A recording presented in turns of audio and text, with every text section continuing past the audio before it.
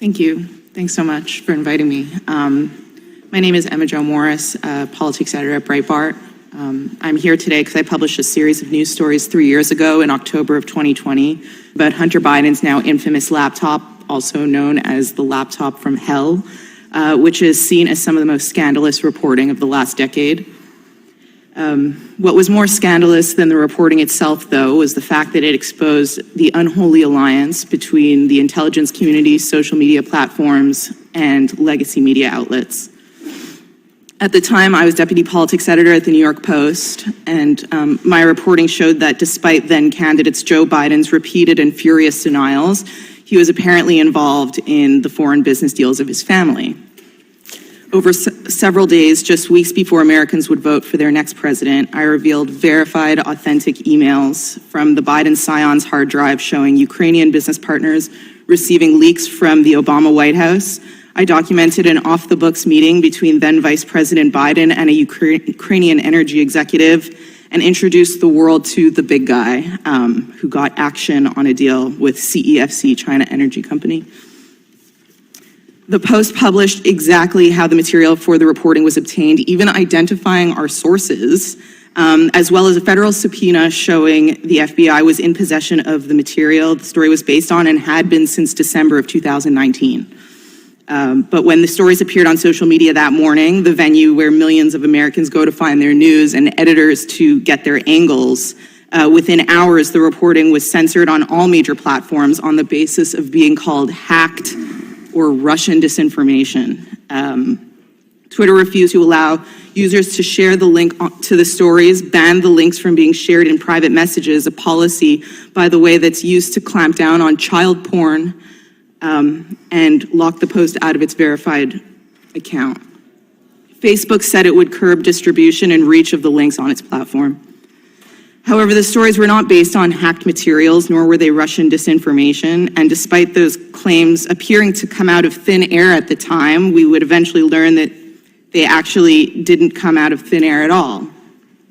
On October 19th, 5 days after the Post began publishing, Politico ran a story headlined, "Hunter Biden's story is Russian disinfo, dozens of former intel officials say." God, I can't even say that with a straight face, you know?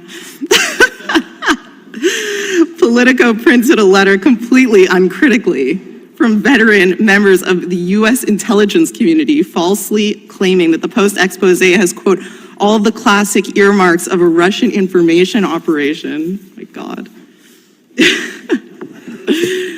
Most notable among the signatories of that letter were Jim Clapper from former DNI, Michael Hayden, former CIA, John Brennan, former CIA, despite having such damaged credibility following their participation in the Russia collusion conspiracy theory. A few days later, on October 22nd, when Biden appeared in the second presidential debate and was confronted with the facts of the Post reporting, he said to Trump, quote, 50 former national intelligence professionals said this, what he's accusing me of is a Russian plot. But it was not, and he knew that. Now, fast forward to this year, 3 years later. Just last spring, House investigators revealed it was a call by now Secretary of State Antony Blinken to former acting CIA Director Michael Morell that prompted the spy letter published by Politico, which bypassed agency approval processes that would have been normally applied. It is also now known that ahead of my reporting, federal agencies were priming social media companies to execute an operation to discredit it. According to internal documents released by Elon Musk upon his acquisition of Twitter, the FBI and other intelligence community members essentially directed the platform's censorship operation, in part externally by working with top management and in part internally by social media companies hiring eye-popping numbers of agency alumni. Journalist Michael Schallenberger reported, based on documents he obtained from Musk, that during all of 2020, the FBI and other law enforcement agencies repeatedly primed Twitter executives to dismiss reports of Hunter Biden's laptop as a Russian hack and leak operation. Feds arranged for top secret security clearances to be granted to Twitter management and even had encrypted messaging networks set up, which they dubbed a virtual war room.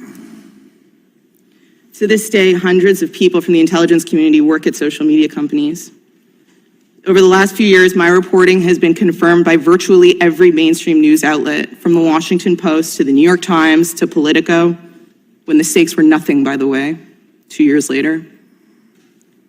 No one denies that the laptop is real, that the origin story is exactly what I told you it was in the first place. This elaborate censorship conspiracy wasn't because the information being reported on was false. It was because it was true, and it was a threat to the power centers in this country. What this relationship between the US government officials and American corporations represent is an unprecedented push to undermine the First Amendment, the right to think, write, read, say whatever we want. And how we respond will determine whether we see a free press as inalienable or as optional. Thanks.